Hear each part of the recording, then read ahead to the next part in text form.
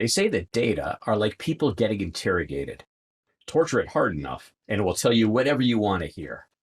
Seriously, though, in our last episode, Dave and I introduced the 5 skills you need to pay the bills as a land investor. It's fitting that the first one is data. Data sits at the core of land investing. Do it well, and you can make a lot of money with a lot less effort. Do it poorly, and you can struggle to cover your mailing budget. In this episode of the Land.MBA podcast, Dave and I are going deep on data, what it is, and how you master it to succeed in land.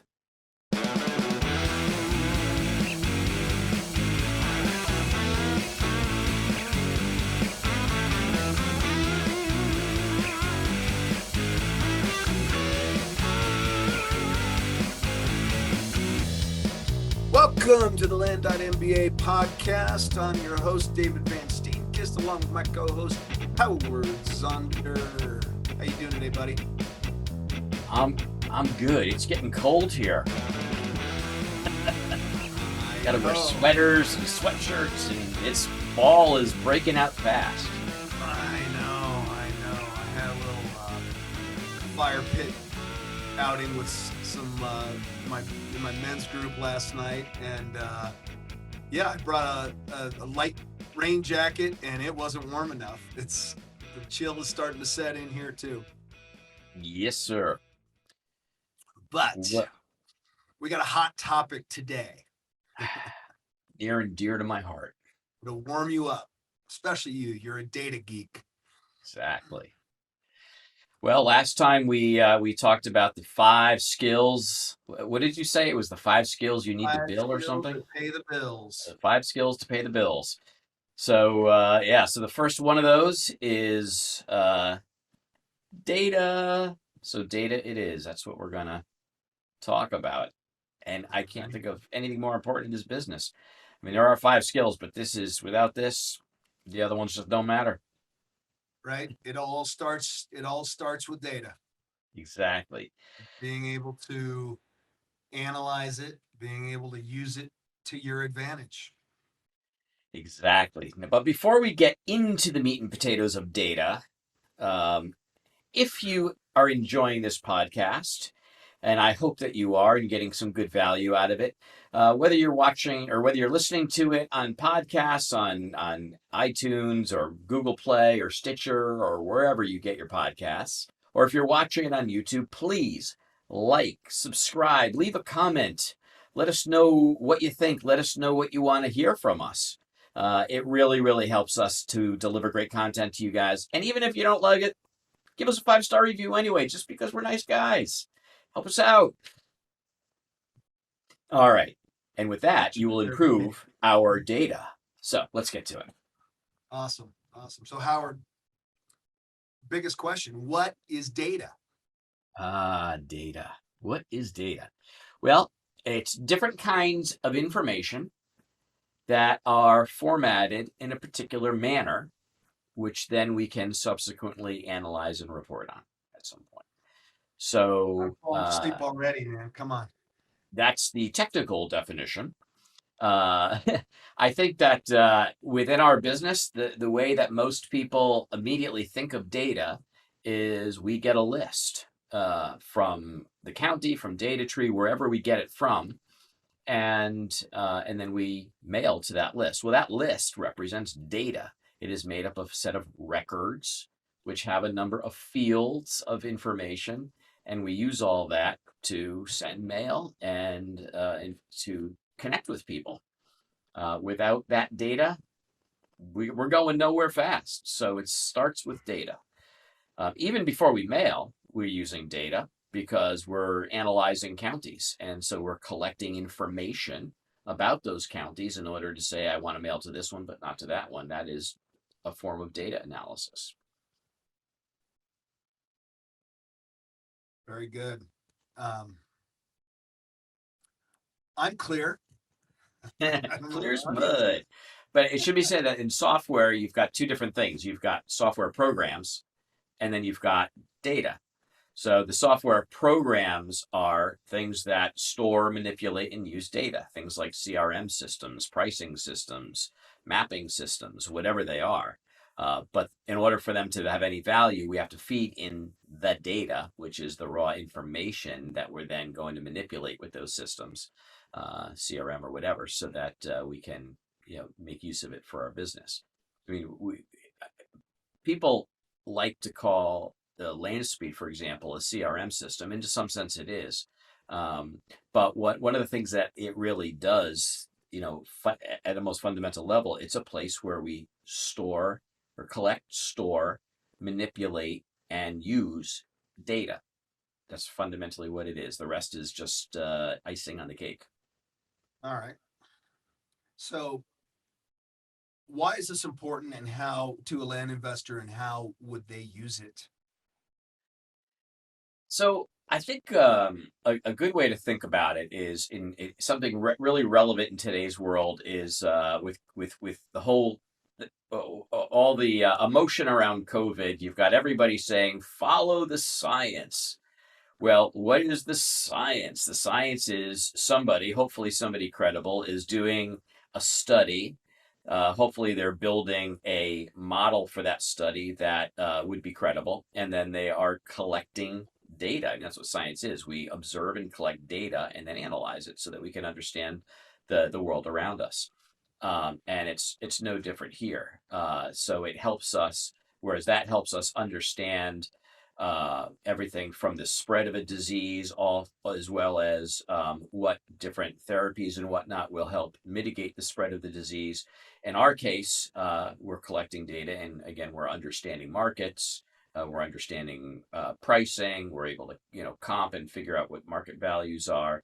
So it really is. It is the entire foundation of our business, and it's used across everything. It starts with the counties, with county selection. It gets into the mailing, but it goes all the way through to sales.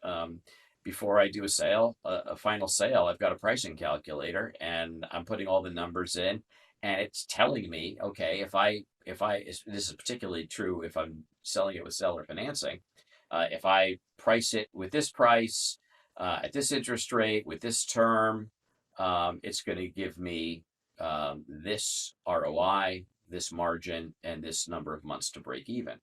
And so I'm analyzing all the way through every stage of the business based on data. Gotcha. So we use it to comp properties, to prep our mailers. We're going to use it to validate the deals that come in, to look at what kind of margins we need to make, and price it accordingly based on what's out there, etc. So there's different types and stages of data. Talk about that a little bit in regards to from acquisition and the analysis, cleaning your data, things like that. Sure. So first, types of data, there's two different types. There's what they call quantitative data, and there's qualitative data. Quantitative data are things that can be measured. So for example, if you're looking at a property, you can measure the sides of the property, number of feet, and then you can multiply that. You can figure out what the acreage is. You can figure out the elevation from the lowest point to the highest point. Those are all quantitative numerical facts that you can use to evaluate something. Qualitative would be its attributes. So that would be things like, does it have trees on it? Is it hilly or is it flat? Does it have any water features? What is the zoning? And both are very important. Both in every aspect of the business, because what it allows us to do using that qualitative information is to get a better understanding of how a set of different properties might have something in common. And some of those qualitative factors are sometimes referred to as metadata. So for example, if I had a still shot picture of David here, that would be a picture. But the metadata around it might say that the picture was taken at such and such a time on such and such a date in Colorado, and it represents a picture of a bald man. So then if I collect thousands and thousands of pictures, I can say, you know what, I just want to see a subset of pictures that are from people who are in Colorado, bald, and where the picture was taken in the last month. And then I get a subset of those pictures of what puts them in common. Well, we can do the same thing in land. We can show a set of attributes that we think make a number of properties in common. Now, it may be that they're in the same subdivision. It may mean that they're in the same zip code, location, whatever. But aside from those sort of government metadata pieces, we might do it based on attributes. So we might say, actually, what I'm looking for is I'm looking for land between this acreage and that acreage with trees on it, with at least 50% flat. And and a water feature, whatever, and then collect a set of properties like that, and that would be a cohort of properties, and those are the ones I would use to comp a property because they have the most attributes in common. Exactly. So qualitative and quantitative. And I would say that is more of a the difference between qualitative and quantitative sometimes is also between the art and the science. We talk about this business being a lot of both. Sometimes it's more art than science because you talk about attributes and trees, flat part, things like that, views, location may be valuable to one person and not the other as far as a buyer goes. Or they may weight it a little bit differently than others. How many times have you sold a property where you had a few people look at it and they didn't like it, and then the right person came along and loved it? It's very qualitative. It's art and science. So there's no magic bullets, no matter how much you analyze stuff. But you got to be as quantitative as you can especially when you're buying it.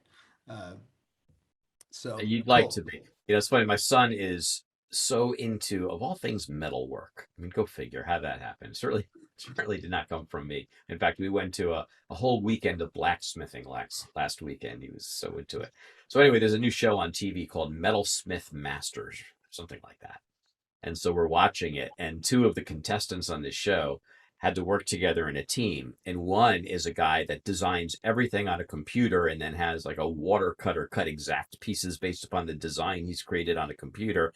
He's really good with the numbers and everything else. The other gal is just an artist. She's like, I think it should look like that. She just starts working on it. So completely right brain, left brain. But usually the best work comes from a combination of the two. I mean, if you are, it's the same thing in business. Like, you've got financial people, everything's driven by the numbers, and they can't sort of get their head out of the numbers to say, okay, well, what about relationships? And what about, sort of the softer, the goodwill and the softer aspects of value. You really need both. And that's true of data too. And that gets back to this idea of quantitative versus qualitative. These are some crazy times in the real estate field. Demand is high, inventory's low. If you're a realtor, a wholesaler, or house flipper, you've probably noticed how hard it's become to find quality deals. This is why so many in our industry are looking at land as an outstanding way to add new revenue stream to their portfolio. If you're listening to this podcast, you already know that land is a relatively unknown niche of the multi-billion-dollar real estate market with huge profit potential. Seriously, what other business delivers 200, 300, 1,000% return on investment deal after deal? It seems hard to believe, but land really returns 100 to 300% commonly, and sometimes over 1,000% deal after deal. And in the age of COVID, demand for land has never been higher. Many of our students have already created new revenue streams with land and added 6 figures to their incomes. We've had clients who have achieved multiple 6 figures in their first year of business. Another paid for all his coaching and pocketed 15 grand on his first deal. Now, not everybody has these kinds of results, but they're certainly possible if you have the right instruction, the right support, and highly experienced mentors. You don't need another course that promises the moon and then delivers an elementary school education. You need a proven program suitable to your experience and ambition. You need a Land MBA. The Land MBA is everything you need to blow it out in the land business. Courseware, mentorship, tools, community, and even deal funding. Look, because you're here listening to me, you know that Dave and I don't hold anything back. That's a founding principle we've had from the beginning. With the Land MBA, you get everything we have to offer. There are no upsells. And now, through popular demand, we have transformed our highly regarded one-to-one coaching program into a small group format at a fraction of the price. If you're ready to build a six-figure income with the freedom of being your own boss, go right now to www.land.mba/fortune. That's www.land.mba/fortune. Let us help you create your next path to wealth. So we talked about the types. Let's talk about the stages of data. And this, I think, gets into a little bit of the meat for the land investor, because it's more about the process. Yeah. So this is definitely not going to be a discussion of pure data science. I think I might have mentioned once before that when in my last corporate job, the first person I hired was a PhD data scientist, and utterly brilliant. I'm still quite the novice in this area, but everything I know she taught me. So I probably will not be getting, it won't be perfectly complete. Even my definitions may be a little bit wrong, but what I'm trying to do here is pull out those things that are meaningful to the land community and using words that I think would be meaningful to the land community. So the first thing that we want to do with data is acquire it. We have to get it from somewhere. We're probably not going out and getting it ourselves. So it starts with some kind of government data or some kind of an aggregated data, whether it's from a data tree or Zillow or from wherever. The next thing that we want to do is we want to clean that data. And I'll go into all these in a little bit more detail, but the next thing we want to do is clean the data. And that is so important. It's the one thing that I think a lot of land investors may not take quite as seriously as they should. It's definitely an opportunity for improvement. And then the next thing we want to do is once we have clean data is we want to analyze it so that we can understand it. And that's where this whole qualitative and quantitative analysis comes in. And then we want to report on it or use it. So acquisition really starts with where are we getting this stuff from? So let's just say we're talking about a mailing list, right? We create a mailing list in data tree, right? I create this lists for people all the time. At the end of the day, the next question you want to ask is, where's data tree getting the data from? Well, they're getting it from the county. Well, how good's the data? That really depends on the county because they're actually the ones that are collecting it. So what is the data? The data represents their records of who owns what.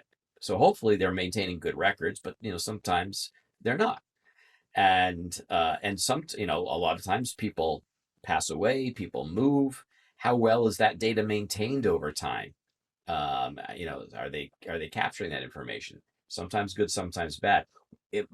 When we've, for those of us that have been in enough counties and enough states, we know that there are some places that just have great data. Like Florida's data is amazing, probably the best data in the entire country. But there are other places where it's just not so good.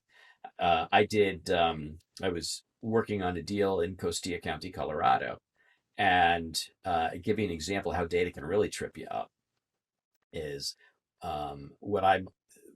if you want to know the size of the property in Costilla, it's kind of a manual process. You have to go look into the legal description to find it. Yep. So I did that. And so I had a VA do that. And so I sent my mailers out based upon that. Well, then I had an opportunity come in. The person was all excited. And I went to the GIS system and I actually put a polygon on the property. And the size of the property was an order of magnitude different than what was in the legal description when I pulled it up on the GIS system. So I called the county and I'm like, what's going on with this? She's like, oh yeah, those two systems don't talk to each other. It's so I basically had priced the property on an incorrect size because that was what was in the data. So Right. data is very imperfect, and the more we clean it, the better it's going to be. So we need to be conscious of where we're getting it. I'll give you another example. Is I generally would never provide lists to people in the Carolinas and probably Georgia as well, because no matter when I click the buttons and say, look at, I only want vacant land, and then I'll say, look at, I want it where the living square footage is 0, and I do all kinds of little things in there to try to make sure I'm only getting vacant land. But invariably, a lot of the data that comes back has a building on it. Mm. And that's just because the nature of their data and how it's presented.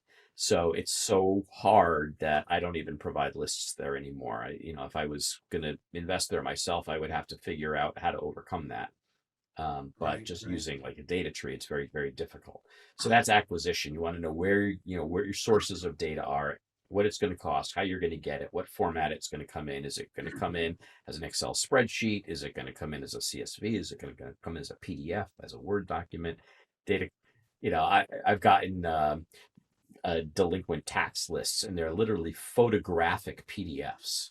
And the only way to make anything value out of it, you got to give it to somebody like a VA and have them transcribe it, which then leads to potential human error. Right. Right. I had one of those same Costilla County when I was first starting, maybe the third or fourth property I did, and I missed that acreage thing, and so my offer was based on 40 acres, and after I bought it, I discovered it was only 20 acres. Yeah, Uh, oops. yeah, luckily I bought it cheaply enough to where I was able to, bail out of it and still make a little bit of money, but yeah, it could have been bad. Yeah, so when you collect that data, if you just use it and you don't like clean it up or check it, you could get yourself into trouble, and that's where that great little acronym comes in, GIGO.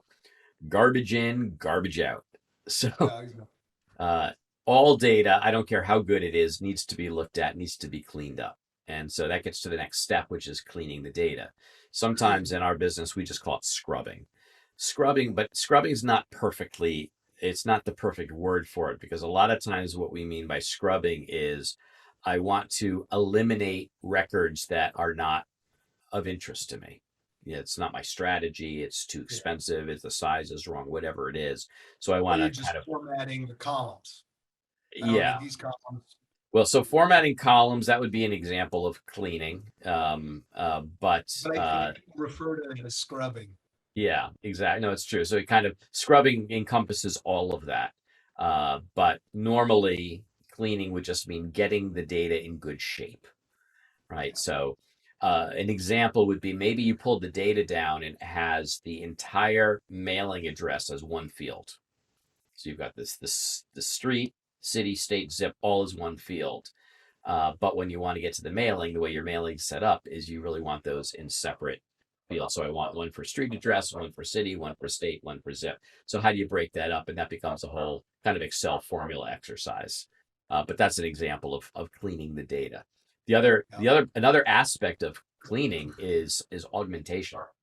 Sometimes when you get the data, it doesn't have everything you need in it. And so you've got to find another source of data that has the information you need, and then find a common key. So like maybe based on the APN, if these two data sets have the same APN, then I can take my first data set, create some new fields, and bring in the extra data from the second data set. Um, By skip tracing. Skip tracing is a great example of that. Maybe I want to add email addresses and phone numbers into my data. Right. So Or maybe I want to do that because I want to do SMS campaigns in addition to direct mail. yeah. Um, yeah, for sure. Um, very good. Um, so we've talked about, so we've got where is data used in the land business? So we talked about creating a mailer and, scrubbing that data, cleaning that data. Um, so we want to use it for county selection, area selection, pricing, property analysis. So in county selection, area, state and county selection, what are some of the key pieces of data that we would use to decide on a place to invest? I think that the answer to the number of answers to that question is equal to the number of land investors out there. Um, I know how we do it and how we teach it. And because I like data, I like to get as comprehensive as I can. Um, some people think, some people are, a little bit more of, let me throw a dart at the map and see where it lands. Um, but I think that the two most important metrics I care about are how how active is the county with relationship to buying and selling raw land, and the second one is how fast are properties moving. Are they Mhm. sitting for 6 months or are they selling rather quickly? Those two are head and shoulders above everything else. Mhm. Everything else becomes qualitative, right? So now I might say, what's the quality of the land there? What's going on? I shouldn't say it's not all qualitative, but what's going on in terms of um, job growth or unemployment, what's going on with the economy, is what's going on with demographics. Are more one of the metrics I always like is net migration, which would be the amount of people moving in versus the amount of people moving out of that county. And let me just interject there, because I think it's really important for the state, as far as, because I want to see sales growth in the county Right, and absolutely. activity, but that county where people have bought a lot of recreational lots, or lots that they want to do something, build something on someday, you could still have negative net migration in that county, but the county next door has, or two counties over, which is kind of in that 2 to 3 hour perimeter for the vacation home for the weekend, has migration growth. But the actual county that you're looking to buy in is could have negative migration. So um, that one is one you got to kind of take with a little bit of a grain of salt. I think It's that's very the qualitative. interesting thing is we didn't get into too much detail about how to do analysis and the reporting and all of that. There are many factors that can go into an analysis, and then you can weight the factors and say this one's more important than that one, and you can score. True. I tried to do this when I first got into business. I'm like, oh, I'm going to use data. I'm going to blow it out, and I created this massive spreadsheet. It had every county in the country, all 3,114 of them, and then I collected all. I just pulled in all this information from the U.S. Census Bureau and from Landwatch and from all these other sources, and I created this massive spreadsheet with all of these metrics. And then I weighted each of the metrics so that I could give each county a score of what I thought would be like the perfect county for land. And then I could just I could sort it, and then I could say, okay, in any given state, this is the order of from the best to the worst, or I could do it nationally and say this is from 1 all the way to 3,114. And boy, that didn't work. Mhm. So um, but you figure out what matters to you, and sometimes and that's a really good point. Is I like net migration. My belief is that if a county has start out with the most important things, right? If it has a lot of activity, if properties are moving fast, then a positive net migration will only, over time, will only improve that. The other point that you made, which is great, is sales growth. If you put those things together, then a positive net. If I have two counties that are kind of comparable in terms of activity and sales growth and the rest, and one has a positive net migration, one has a negative net migration, I probably would lean to the one that has the positive migration. But that's only if all things are equal.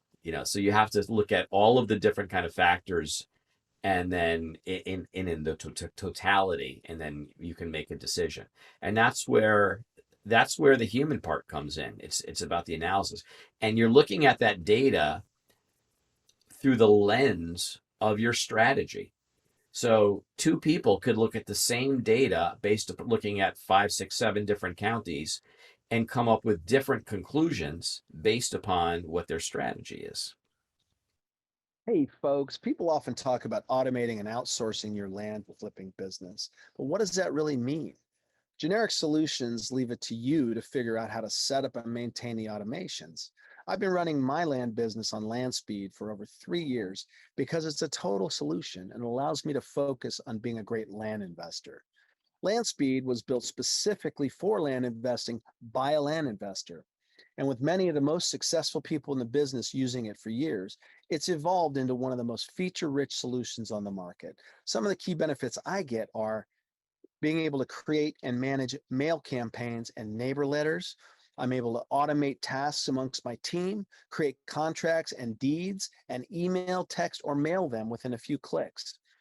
I can automatically capture sales leads from any lead source, including Facebook Messenger.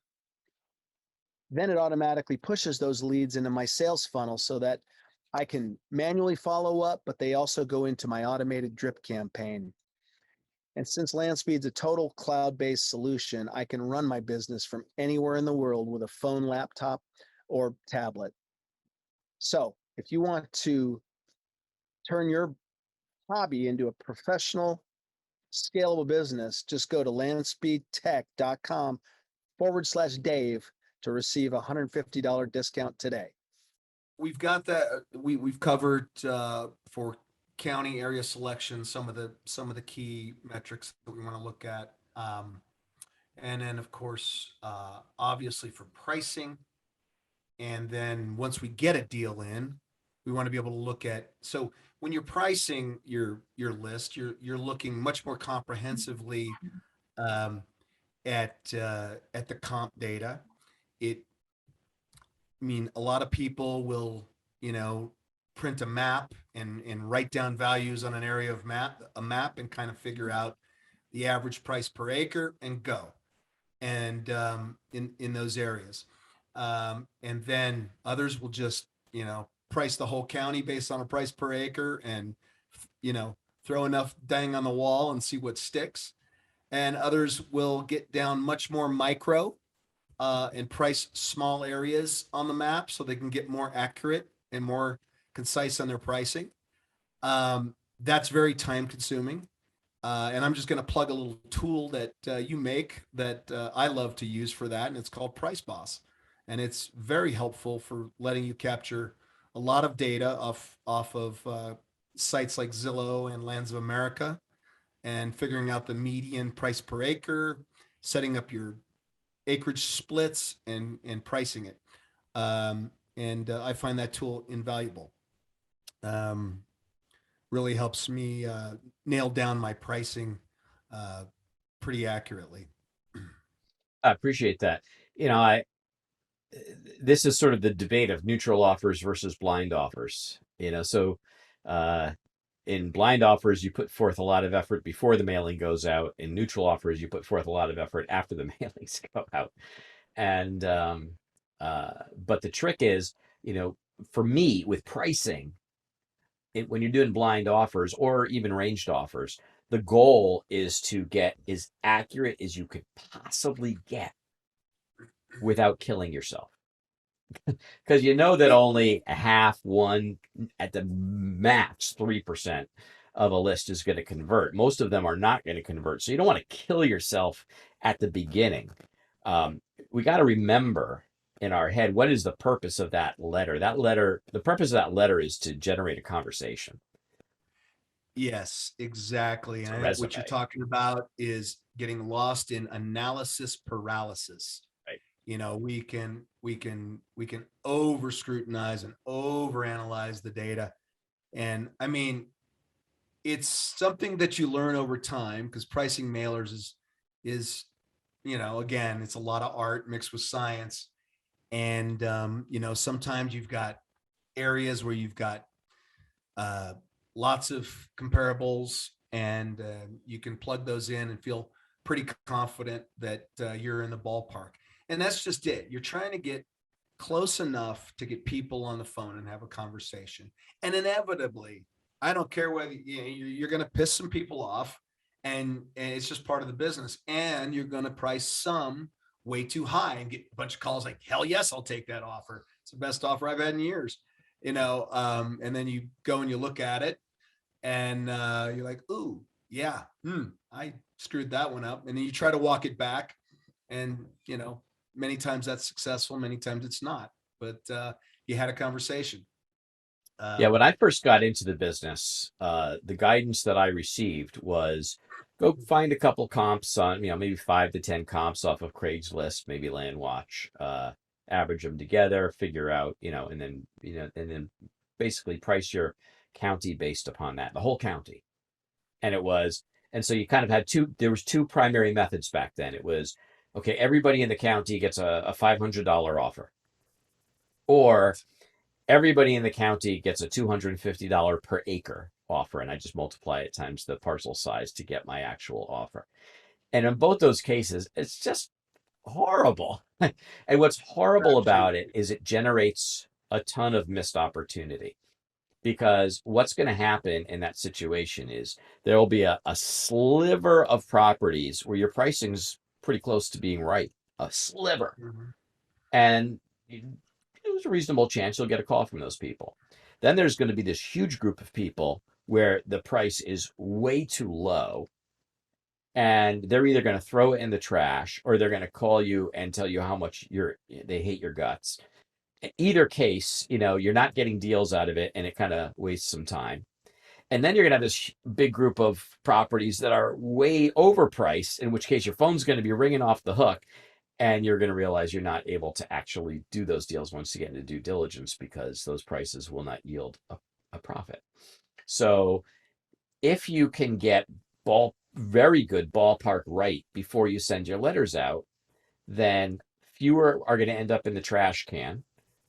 And some of those that would have otherwise ended up in the trash can may actually call you, and you can get more deals out of it. And it'll save you a bunch of time, because your phone's not going to be ringing with a bunch of deals that you're not going to be able to do anyway. So It saves time, and it will get you more deals. The trick is to be able to do that without killing yourself. And that's why you need tools. There's a few different ones on the market right now. I think they're all pretty good. I'm obviously partial to Price Boss. And the primary reason I'm kind of partial to Price Boss is because everything is built on assumptions, right? So, for example, when you get a set of comps from Zillow or Lands of America or the county, wherever you're getting them from, some of those comps won't make any sense, right? Let's just say it was a family transaction. Okay, I sold this property for $100. It's worth 50,000. That doesn't make any sense. Sometimes it goes the other way. Sometimes they're trying to shift for tax reasons. They move it to another entity, and so they sell it for more than it's worth. That happens from time to time too. Or sometimes a property sells just for more than it's worth. But it doesn't make any sense when you look at the larger market. And those are called outliers. And you definitely want to pull outliers out before you do your full analysis and say, okay, this is the price per acre for this group of properties. What is an outlier and what isn't an outlier? Well, it's very difficult for machines to figure that out. It can be done, but it's built on assumptions. Sometimes those assumptions are right, and sometimes they're wrong. You brought a real interesting up one time, Dave, about the situation where what happens if there are multiple properties on a single deed. It really screws everything up. Yeah, exactly. So, for example, you'll see this if you're looking at Zillow solds, and if you have data tree up with the solds and sales turned on, you may find a cluster of properties, 2 or 3 or 4 or 5 properties I've seen that are sold very close to each other, and they all have the exact same price. Well, if you're just using an AI tool to scrape that data, you're going to have, let's say you've got $25,000, and you've got 5 properties that all sold for $25,000. Like, oh, that's great. And you scrape that in. Well, the software is going to interpret that as $25,000 comps, $25,000 each. But if you click on them, for example, in data tree, you'll see that, oh, it was the same buyer for all of these. So they essentially bought all 5 of those properties for $25,000. So your actual comp is $5,000. Right. And so that can fool you. And so that and I'm not sure that some of these automated tools are taking that into account when it happens. You can do that in Price Boss. I mean, it still can slip by you, but it's something that you have an opportunity to manually manipulate that and delete those fields if it looks fishy to you. But it's something that it fooled me.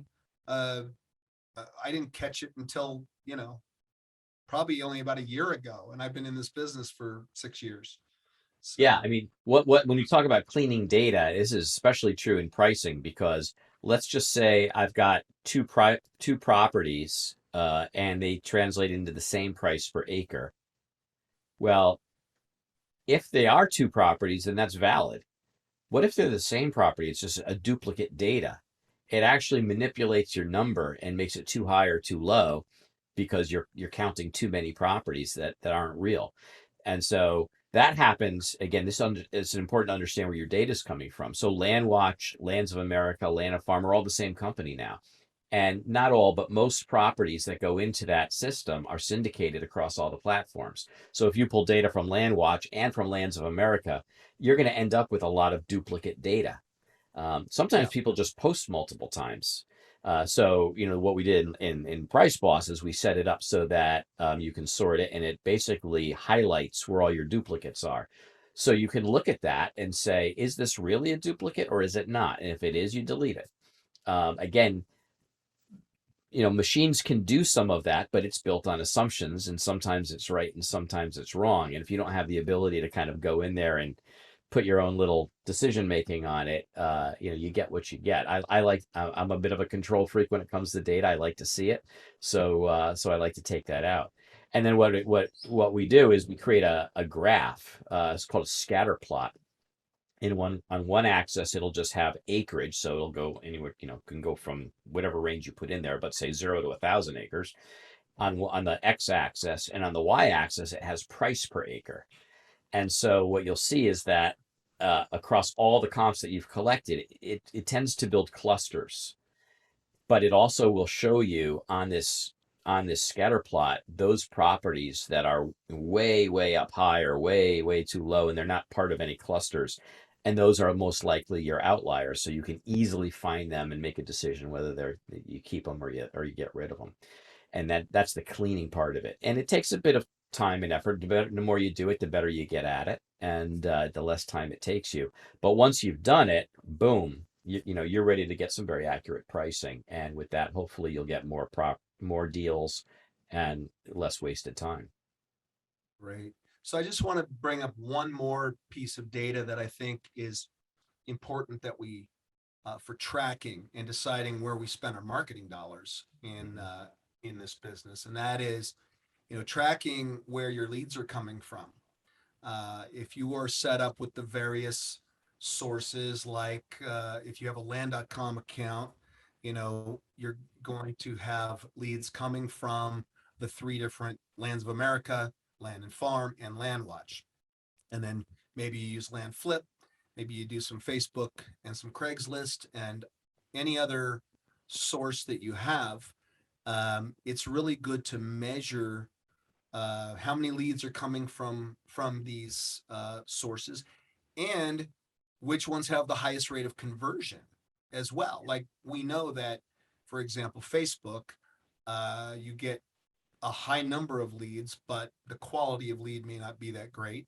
And so it's really good to measure. Facebook Marketplace and groups has become a very challenging place to market, and it now is very labor intensive. They flag you, they shut you down, and things like that. So, I recently analyzed my data on the number of leads, but not just the number of leads, the number of properties that we actually converted on Facebook, and just decided it's not worth the effort anymore, at least not the way we were doing it. And so I'd rather take the labor that I was paying, even though Facebook's free. You get even if you're paying a cheap VA, I was still spending $200-300 a month on that VA for posting in Facebook. And so you have to take a look and go, well, maybe it's more advantageous if I take that couple $100 and increase my exposure on Land.com or Land Flip and do some of their boosts and things like that, or flat fee MLS. So you want to be able to have a tool, a system that measures where those leads are coming from. I'm going to plug LandSpeed again, because that's, all my leads come in and they automatically tick off the box, where'd the lead come from. And so I have a ledger on the left-hand side that shows my lead count. And then I can also show, which lead source converted. And that's a very good piece of data to track, to know which is my best lead source, not just for leads, but also converting them, and where I spend my marketing money. It's just a really good point that you made, which is there's how many leads are generated and then how many convert.